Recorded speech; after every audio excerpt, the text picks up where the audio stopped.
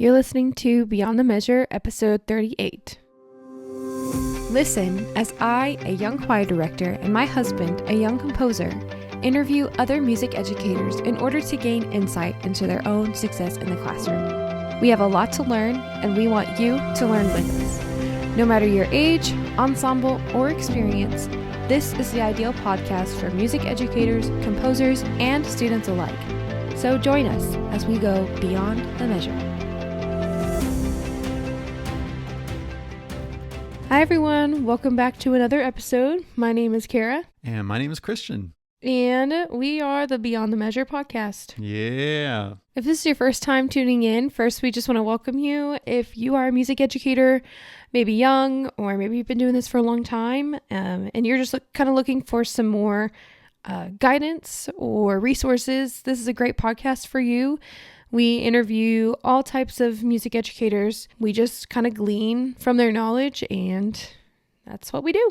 That's right. It's lots of fun, and it's crazy how many differing ideas and pieces of wisdom that come from educators from across the aisle. We don't just focus on choir or band or whatever. We interview people from all across the board, and the kinds of ideas that they bring to the table are usually applicable across every single ensemble. Would you say that? Yeah, I would. Yeah, definitely. So we've got a great guest for this episode today. Kara, do you want to tell us who the guest is? Sure. This is Mary Jane Phillips. I've looked up to her for a while. She has so many resources for sight reading and just how to sequence the school year with music literacy. And she's just kind of helped me with her resources since I've started teaching. And so I'm going to read her bio here. Mary Jane has been involved in choral music education, primarily at the middle school, junior high level, for 36 years. She taught for 29 years in public school classrooms in Texas.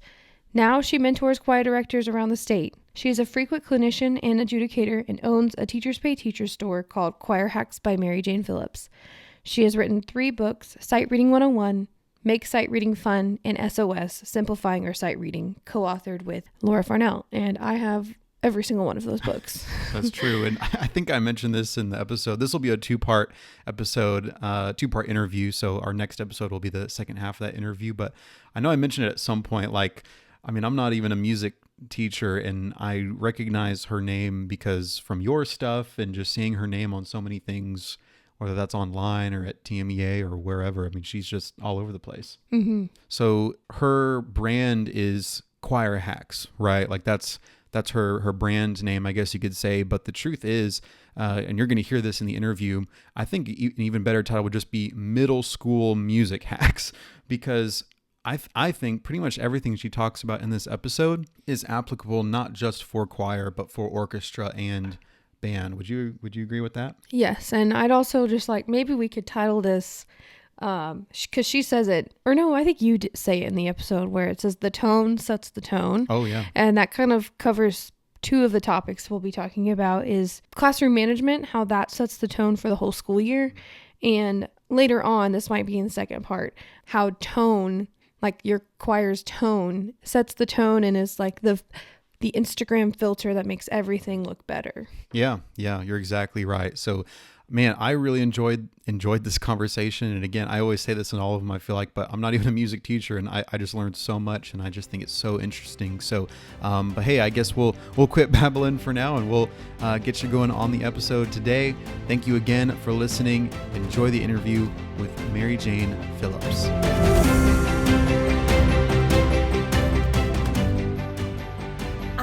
In Garland, Texas. Not in a particularly musical family. My aunt was real musical, could play throwdown Baptist piano. But no one else was really musical, but there was always music in the house. So there weren't other singers around. There was just me that was the weird kid that just, my mom said I was singing from the time I was very young. I was very, very lucky to grow up with amazing choir directors. I graduated college before I ever had a choir director that had not had a TMEA honor choir, which is so not normal. So I'm very much the product of nurture, not nature. It's not in my genes. In fact, too long ago, I did 23andMe DNA, and they actually tell you, all the genes that you have things for. And actually have the marker as someone who's not supposed to be able to match pitch.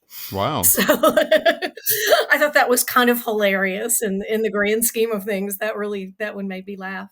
I was very lucky to get in and go to TCU, where I was taught by Ron Shirey, the legendary TCU choir director, and Dr. Ruth Whitlock, who was the music ed professor.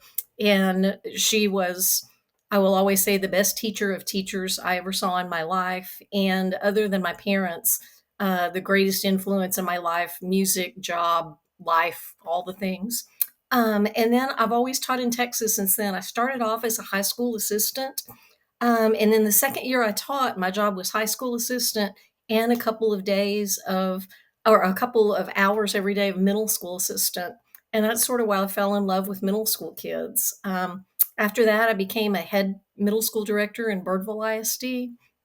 And somewhere along the way there was where I decided that middle school seemed to be my calling. Every year for the first probably 7, 8 years of doing this job, every summer I would start to get the calls. Are you ready to go to high school? There's this high school job, or there's this high school job. And I still had that thing in my head where high school was what you move up to. And now when people say that, I smack them. But I still had that in my head. And I was offered a job in Arlington ISD.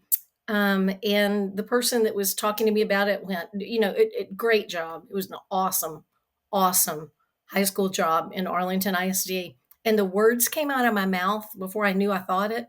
I went, Vicky, I don't want to teach high school. And then the bubble formed above my head. Oh, I don't want to teach high school. And literally from that moment on, everything about my teaching changed, because it wasn't about anymore getting to whatever this next place it was. It was like, oh, I was put on this earth to teach these kids at this level.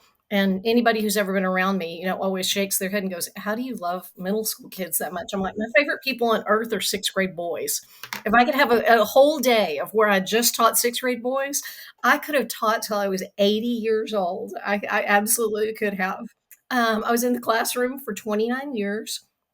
28 of those were middle school centric. And then the last 7, it's hard to believe I've been out of the classroom this starts the 7th year. COVID is in there, so it gets a little fuzzy. It seems like less, but the COVID years, everything messes up with that.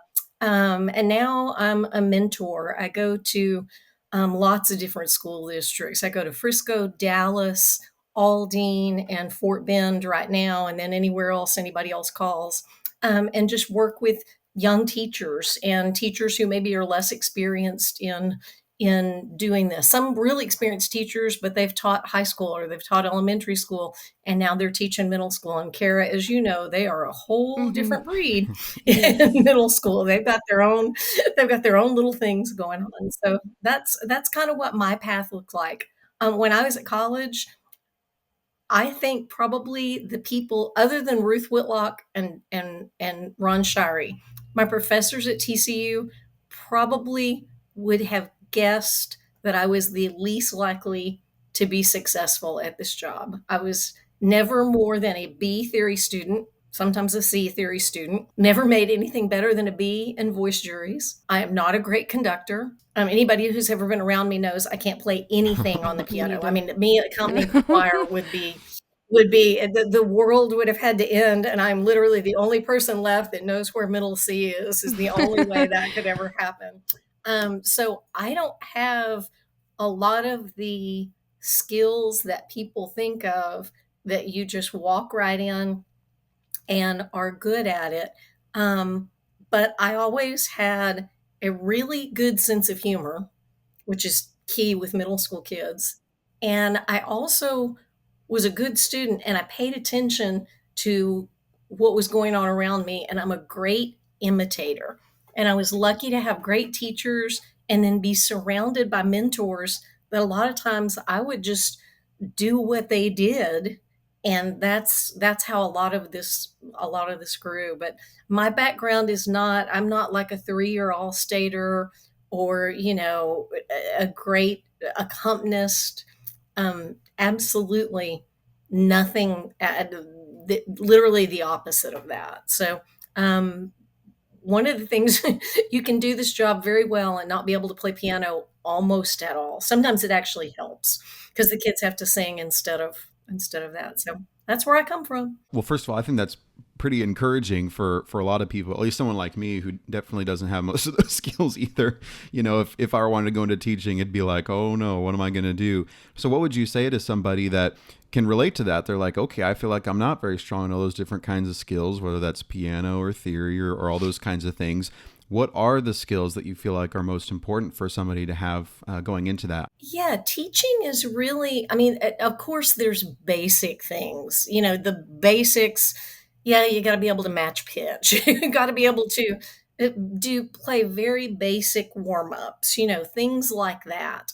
Mostly, teaching middle school especially, which is my specialty, is surrounding yourself with what that looks like.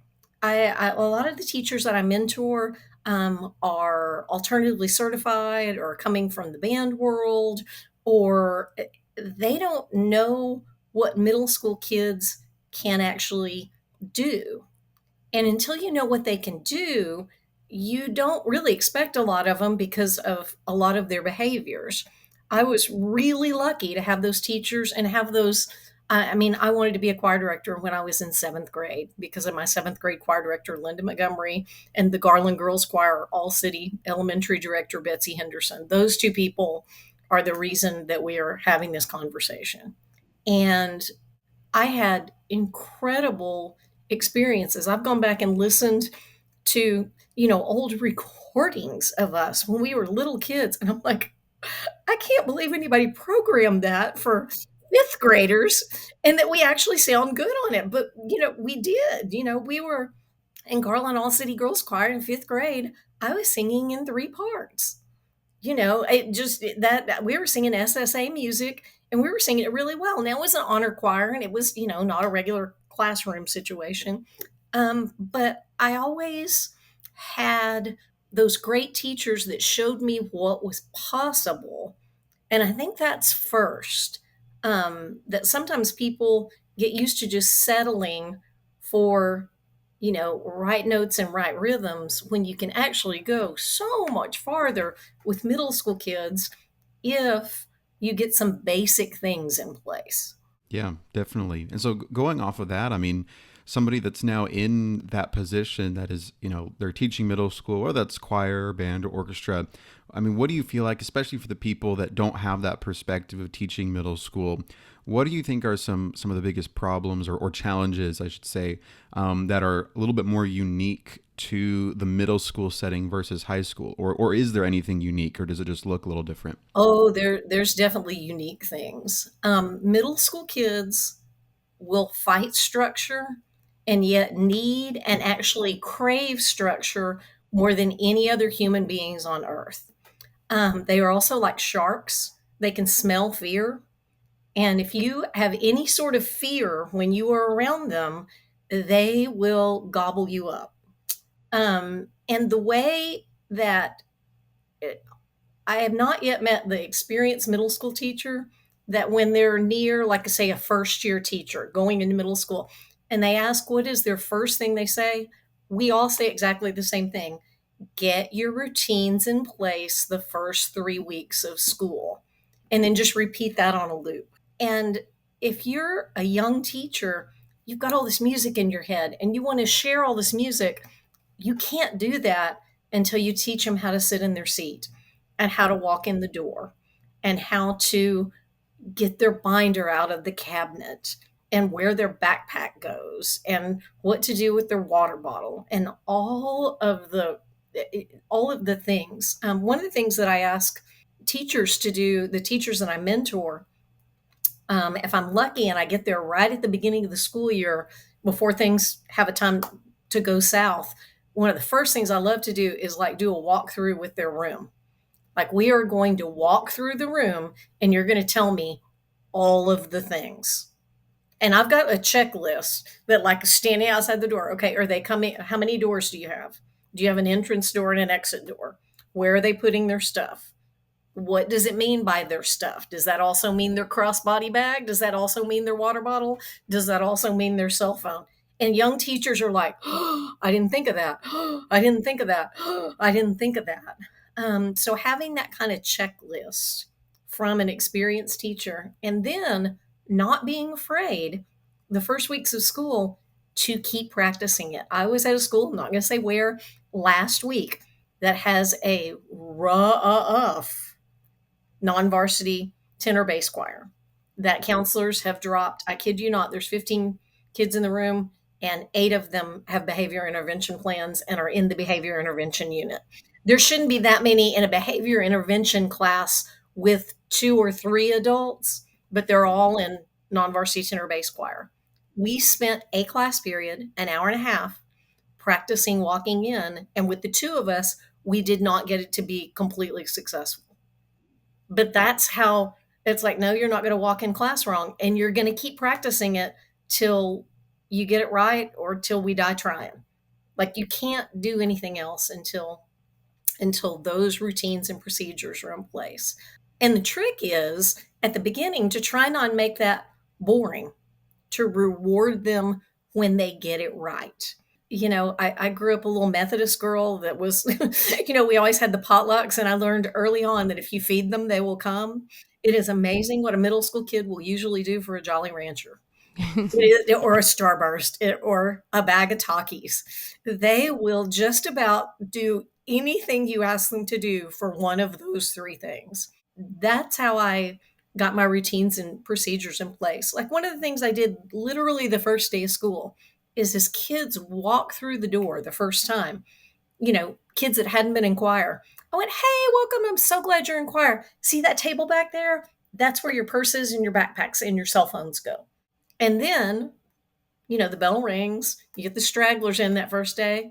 And then I introduced myself and I said, hey, if you didn't hear at the door, your backpacks and your cell phones and your purses all go back there. So if you forgot, we're going to practice right now, go take those. So that I set the expectation before I've literally even talked about what choir is. I always had a cell phone charging station, put it in the front of the room so the kids could see their phone, charge it, but not have it in their pocket. Things like that make your life so, so, so much easier. And literally the first 2 to 3 weeks of school, especially the first 2 weeks, it's about 90% procedures with your beginning classes and about 10% music. Now with your kids that are returning, if you're lucky enough to have them, divided up into like varsity and non-varsity, your varsity choirs are going to go way faster because they already know that. They just kind of do the right thing automatically. That's why they're in varsity. But that, more than anything else, that's going to set up your classroom management for the year. When those things are set, you have so many less classroom management issues. At the same time that you're doing that, you've also got to build choir community. You've got to do fun things that build community along with setting up the expectations of what the structure is. And those 2 things go hand in hand in making your room a safe space and making your classroom management work. And then the very next thing is that classroom management piece. When I'm seeing young teachers or inexperienced teachers fail in the last 7 years as a mentor, it is not because of their musical knowledge or what they don't know about music, because you can learn that. You can have a mentor that can tell you how to do that. One of my mentees started off 4 years ago, and great singer, but she had no prior training in choir. She just got music approved. She's a great singer herself, but she's a musical theater person. The last 4 years, all she's done is take her choirs to UIL, treble choirs and tenor bass choirs, and make sweepstakes every year because she listens and pays attention and has control of class. Whereas somebody with way more experience and degrees, in fact, a couple of people that are doctors, couldn't control a middle school class. They've got way more choir musical experience, but they might be successful in front of college kids, the middle school kids eat their lunch because they don't know how to connect with them and get them to want to behave. And I think the hardest thing with middle school kids is at first they are not going to be intrinsically motivated, except for the very, very, very tiny minority. Maybe one or two a year are going to be the intrinsically motivated kids where they want to be in choir because that's what they're going to grow up to be. That was like me in seventh grade. Then there's everybody else. Um, I don't know if you know Lance Newman, but he's the choir director now at Trinity High School in HEB. He was one of my sixth grade boys many years ago. And Lance still laughs and says, the reason that I'm in choir is because in fifth grade, when you came to the elementary school and your choirs did recruiting, the boys sang Seize the Day from Newsies, and you threw t-shirts and you carried in big shiny trophies and told us that we got to go to Six Flags. That's the reason Aw. Lance is a choir director. Right. Yep. And Yep. he's a very successful choir director now at one of the big 6A high schools in Texas. But he was going to, sign up for art if I hadn't shown up throwing t-shirts. So Wow. That's funny. that's hard sometimes for somebody that's taught a lot of high school or taught a lot of college, especially where everybody there is motivated. That's why they're there, and middle school, you got to convince them that this is what they want to do. And when you make it fun and learning those routines and having fun and building that community along the way, you get rid of a lot of your discipline issues. I always tell my kids that we have to work hard, but we also play hard. And the two things are completely separate. They're just two separate things. This is the time where we're working hard. This is the time where we're playing hard. And once you get them into that habit, in my experience, they kind of go along with it. Let's take a quick break from this episode so that I can tell you about this podcast's primary sponsor, Christian Fortner Music. That's right, my own music business. If you're looking for fresh new music ranging anywhere from middle school choir to college level orchestra, there's a good chance I'll have it. And while I am a young composer, my music library is constantly growing as I write more and more. The way I sell the music is a little different from other music retailers as well, which I think you'll like. Instead of purchasing a minimum number of individual copies or parts, you'll purchase one PDF that includes all parts in it, of which you can print out as many times as you need. That way, you don't have to stress about purchasing a new part that you misplaced or feel the shame of only purchasing 10 copies for your ensemble of 40. Come on, we've all done it before. Now, if you'd like a sample of what my music is like, you can actually receive a completely free piece of music from a certain selection when you sign up for my mailing list. Plus, you'll be a part of other fun perks, such as receiving monthly updates from me and early access to podcast episodes such as this one. If that's something you'd be interested in receiving, you can do so at christianfortnermusic.com/mailings. Well, it's crazy how I'm listening to you say all of this, and I don't know if you were thinking of this, Kara, but we actually just recently interviewed Mike Lunny, who does a lot of what you're doing, but in the band world, where he's a retired band director, but he goes and does the exact same thing. He kind of looks at bands and how's the program, what's the health of the program looking like. And it's crazy how almost to a T, what you're saying is almost exactly what he said as well. Like what he looks for is everything that happens before the music making starts, whether that's the classroom management or the relationship between the teachers or what you're doing to create community in the classroom. He said, those are the telltale signs that I look for to even begin to know what the health of the program is. It has nothing to do with how well they can make music. And he even said the same thing. He was like, at the end of the day, anybody can teach somebody how to play a note or how to, make a certain sound. Yeah. It's all the other stuff that's the hard part. And so I think it's really cool to hear that. I mean, it's just more confirmation coming from you in the choral world that it's the exact same thing. It's literally exactly the same thing. And I do a workshop sometimes. I've done it I literally did it 4 times before school started this year in different school districts in Texas. That is, let's start at the very beginning, like what to do the first 2 weeks of school. And the first subheading is things that you have to do before the first 2 weeks of school that have nothing to do with why you went to college. And it's 2 pages long. And it starts at the door, and it's like, okay, these are all the things that you have to do before that a monkey could do. a math teacher could do, an English teacher could do, but you got to get it all in place. And the problem is with music, a math or an English teacher can't do it because they don't even think about some of the things that we have to think about. They just, like teaching a kid what a rehearsal is. They don't all comply in their regular ed classes, but they know what it is to once they get through kindergarten, they know what a desk is. They know to go in and put their stuff down, sit at their seat, look at the board for the bell ringer, or look at the screen for the bell ringer, and start. That's normal. For us, they come in. There's in a lot of choir rooms in mine for sure because I hate seated risers. There's only standing risers, and they're like, "What do I do with this? Where do I put my stuff? What do you mean we have to warm up and then sight read and then sing literature?" I mean, you have to teach them literally everything. And I think that's one reason I like teaching sixth graders because then I can just teach them all the things. It's just like, okay, I'm assuming you literally know nothing. So if you do, well, great, we'll get to skip something, but I'm going to start at the beginning, and just go step by step. I love that the band director is saying the same things because there's so many things that have nothing at all to do with music. And honestly, with school starting when it does now, a lot of people have been in. Carol, how long have you been in? It's been about we're going on 3 weeks now. Yeah, everybody's right at 3 weeks. If Mm-hmm. you haven't started really getting those in place, this is when the kids start to fight back a little. Like Yes. the fun, oh, it's the first day of school, yay, everybody's glad to see me. That's when this starts. You got to get that started right away, or you're going to be teaching it. You can either teach it at the beginning of the year, or you can teach it every day all year long.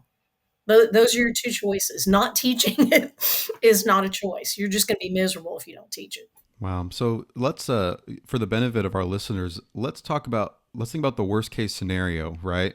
Let's say someone is listening to this and it's November, right? And they are listening to this and they're realizing, oh no, yep, that's me. I have these problems. I didn't do what I should have done. I messed this up. Okay. What do they do now? Like it's November. Do they need, I mean, I know that's tough, but what do you think they should do? Yeah, if it's for me, and I've had to do that. I've done this being a mentor. I've walked in classrooms and going, "Oh yeah, we got to have a hard restart here." We literally start over. We literally start over, like lined up in the hallway with your backpacks. Okay, now we're walking in one at a time, and we're gonna have this, and we're gonna have this. And with those kids, it's even more rewards than normal. It's like if everybody can walk in and put their backpack in the right place with their phone and their water bottle and sit down in their assigned seat, you win candy. Okay, now if everybody can get their folder and go back to your assigned seat, you win more candy. Okay, now we're going back out in the hallway with all our stuff. Now we're going to see if we can do two things. Can you put your backpack down, get your binder or your folder, and go to your seat? You like little additions along the way. In the midst of that, I think young teachers especially, and I think it's because I know a lot of it's because of what goes on in the media. And I mean, have you seen the video of the teacher from Corsicana? Yes. That people getting attacked and things like that.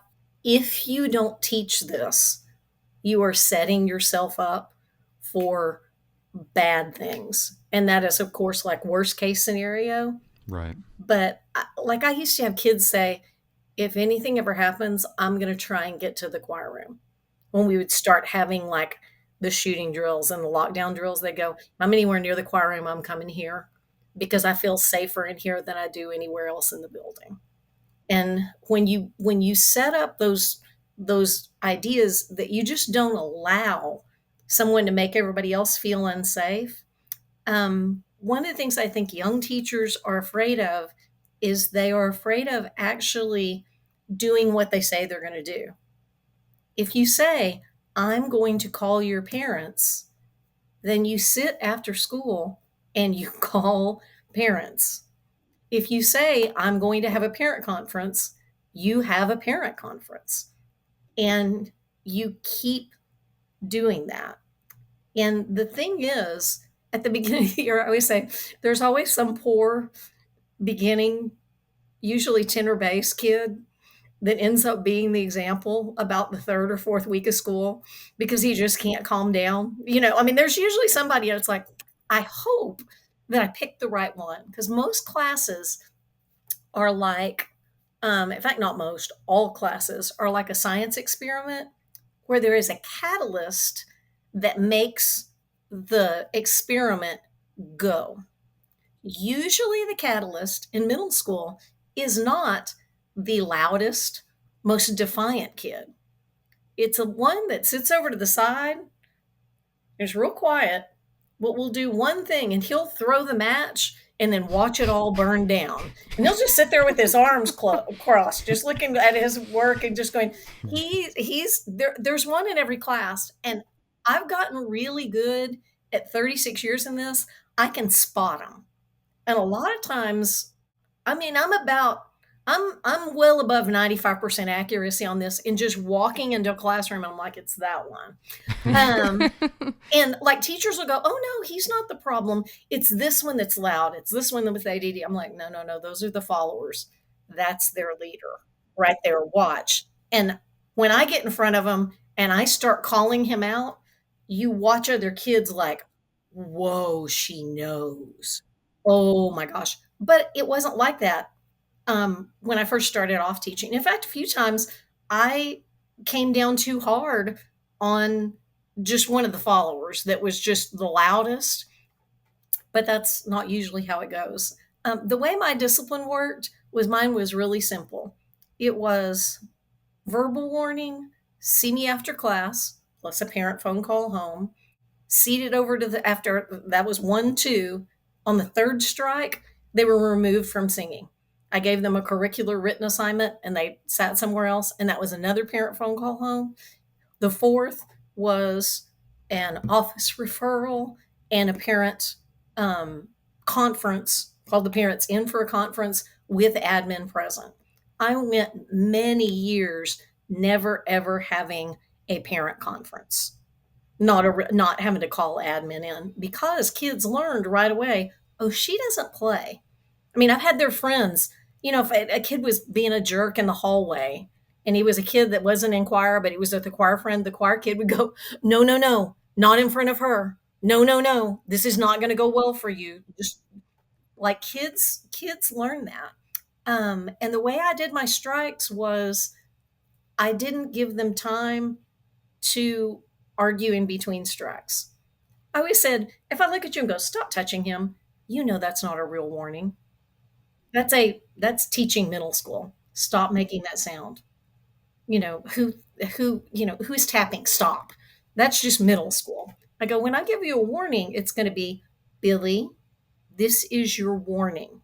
And we practice it. Like the first weeks of school, I'm like, who wants to be warned? And I practice looking at kids and saying that. I go, do you know you have been warned now? I always tell them I don't play gotcha. Don't play gotcha. Like 90 times out of 100, the warning works. They're like, yes, ma'am. If any kind of anything comes out of their mouth, but I didn't, I literally say then, see me after class in that tone of voice. There's no arguing. There's no anything. It's see me after class. And usually the first 2 weeks of school, I have to do that a few times. Right. I usually don't call the first time. I tell them I'm going to, but I don't call the first time because a lot of times it's just a blurty kid and they just need to calm down. But if that ever happens again, then absolutely I start calling. If they argue after I've told them to see me after class, I already have a station set up, either in a practice room or in the room. It's set up all the time. So I'm not having to stop class and dig for whatever it is and lose the attention of everybody else. I think too much in school right now, the kids who are creating disturbances are getting so much of teachers' attention, or there's all these other kids that want to do the right thing. And so I just try and turn the peer pressure around the other way. It's like when you're doing the right thing, you're going to get all my attention. And you're going to do fun stuff, and we're going to go on trips, and we're going to sing in concerts, and we're going to play sight reading games. If not, you're going to sit over in that corner and do a theory packet. Your choice. Now, I will not say that in my life I've never yelled at a middle school kid, because if anybody tells you they've taught middle school for very long and they've not yelled, they're lying. They are middle school kids, and sometimes they will fray your last nerve. But yelling doesn't usually work.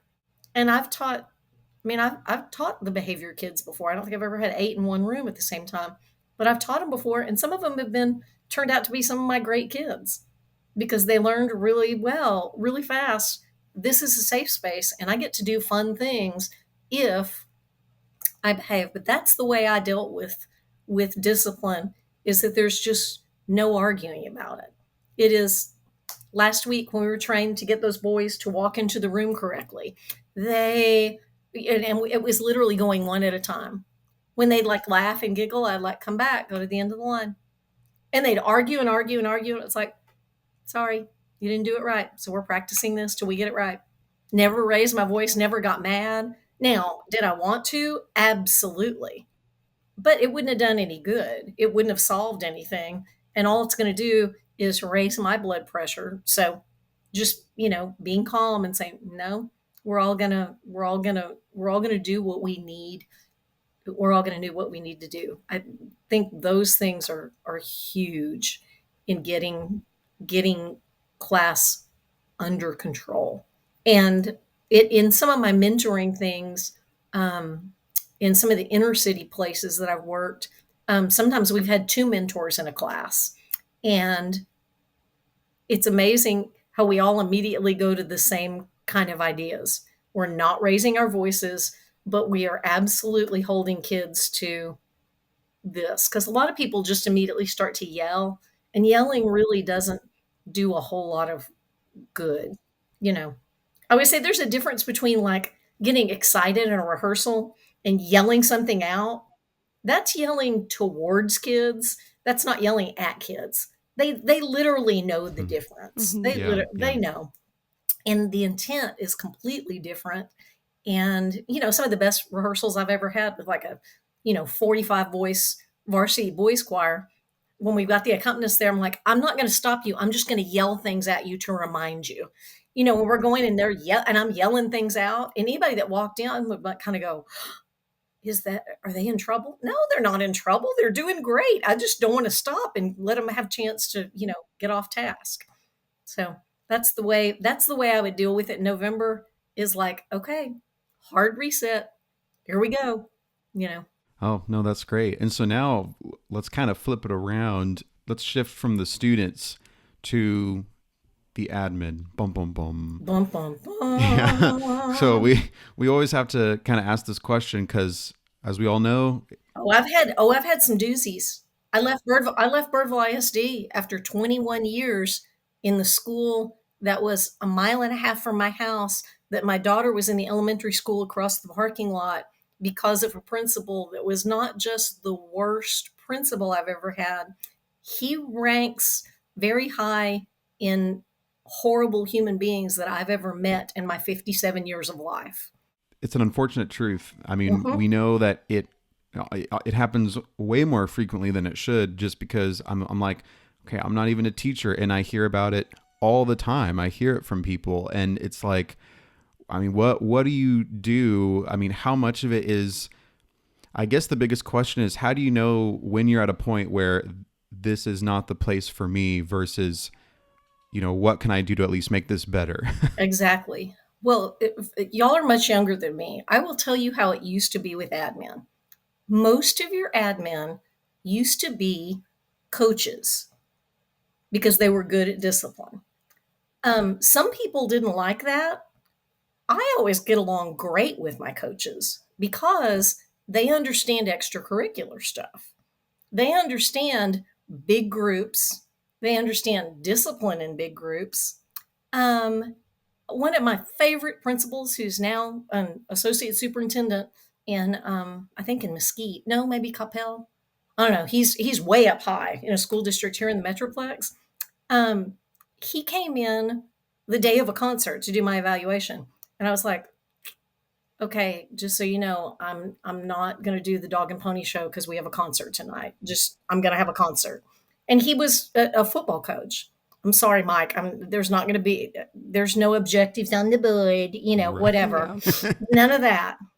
And at the end, he was just grinning ear to ear. He goes, "Oh, I know what you did. You just did the game day walkthrough. This was great." And I scored, fantastically on that. Over time, what has happened with admin, just if people don't realize this, is that admin didn't used to be a job destination that people went into the business with. Everybody was going to be a teacher, a coach, and then if they did their job really, really well, eventually somebody said, "Oh, you'd be a great administrator." What happens now is people are starting to think about being an administrator when they're a junior in college. I know that school districts have literally starting in January of first year teachers. So they've taught for August, September, October, November, December. They've taught for 5 months. They have admin boot camps Wow. starting in their districts for somebody, because you only have to teach 3 years. Only worry about teaching 3 years because you need to get into admin. So you have lots more administrators than you ever had before with less than 5 years of teaching experience. You also have a huge number of people that are coming from special ed. And one of the reasons is because special ed is so poorly funded in Texas that people want out. And so they go to admin. That's one reason it's so hard for anybody in choir, band, orchestra to have often an admin or a whole admin team that's coming from special ed.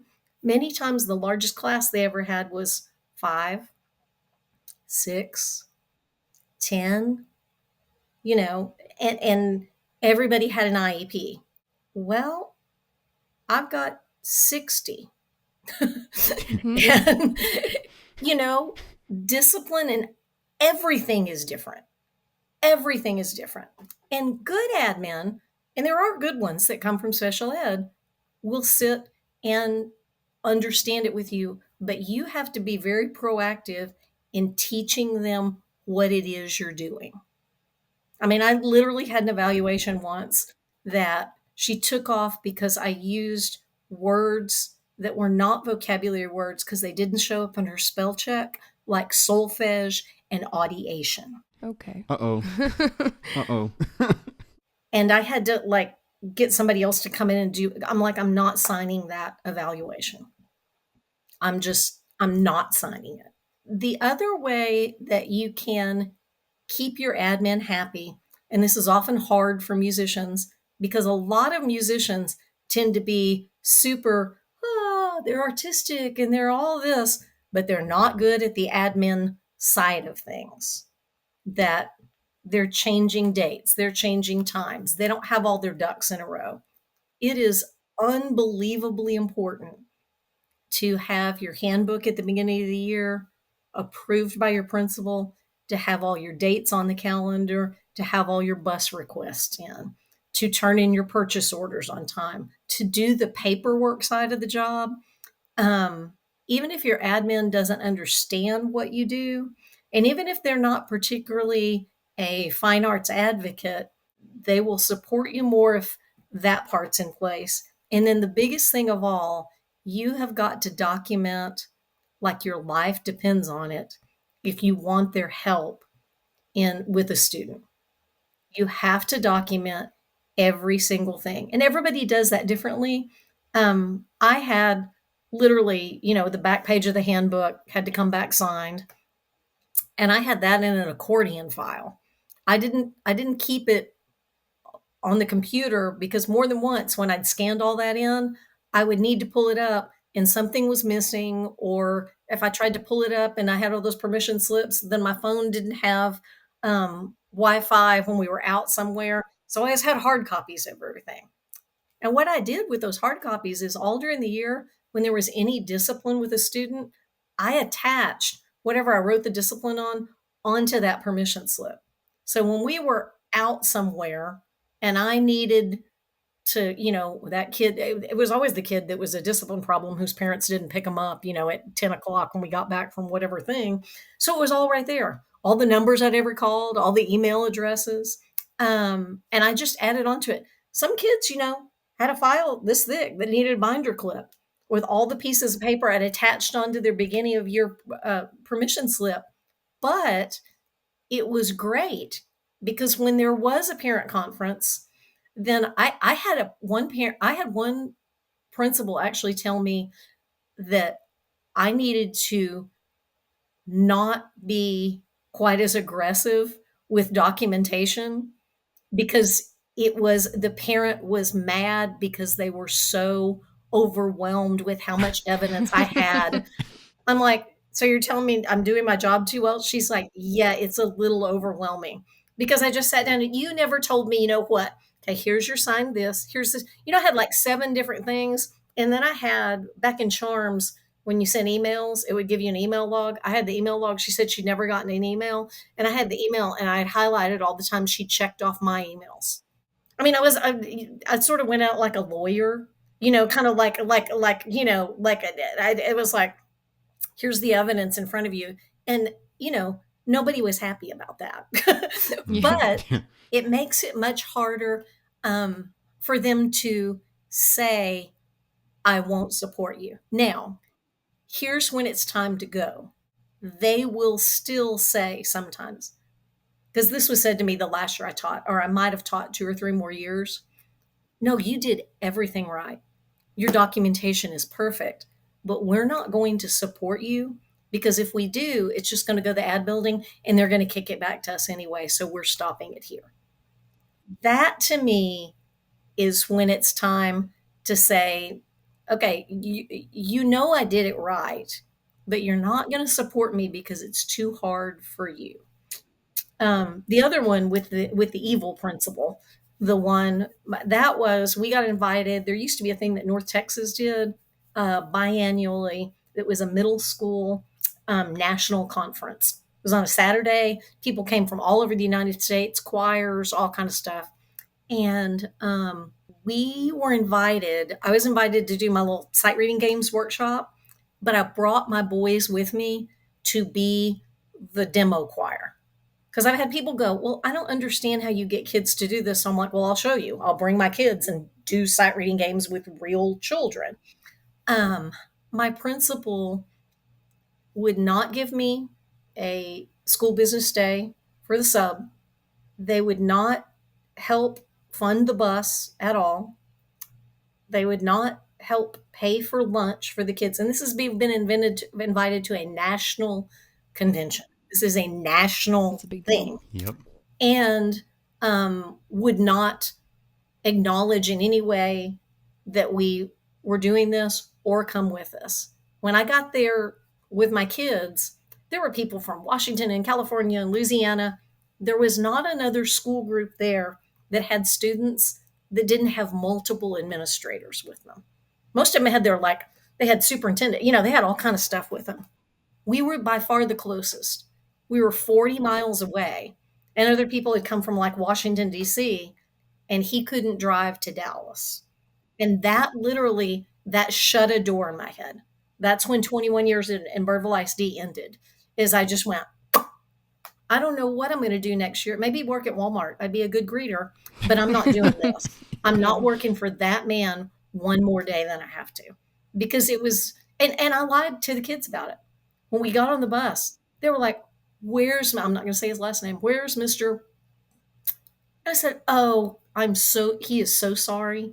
He wanted to be here and there's been an emergency. He was absolutely going to be here. He supports y'all because I didn't need them to know Right. that he didn't. But when you do everything right and they still don't support you, that's sort of my line in the sand. That's when I just go, I'm done. And I also know that comes from a place of privilege. I had enough money to be able to do that. I had enough other opportunities to do that. I had a reputation where I knew I was going to get another job. Other people don't always have that. That comes from a serious place of privilege on my part. And I know that. But that was the way I deal with it. Now, somebody that's a single parent, or the lone income in their house, or they live in a rural area where there's not very many jobs, there's all kind of things. But for me, that was my personal line in the sand. So that's how I came at it. No, that's so important to hear, though, and I think that's such a great look and picture of how you need to be honest with yourself and looking at your situation and see, really analyze what's going on here. So I think that's great that you're able to describe that for us. Thank you so much for listening to this week's episode of Beyond the Measure, a podcast for music educators. We hope you learned something that will help you stress less about how to teach so that you can focus more on who you're teaching. If you enjoyed the episode, please leave us a rating and review, subscribe, and share this podcast with other music educators. See you in the next one.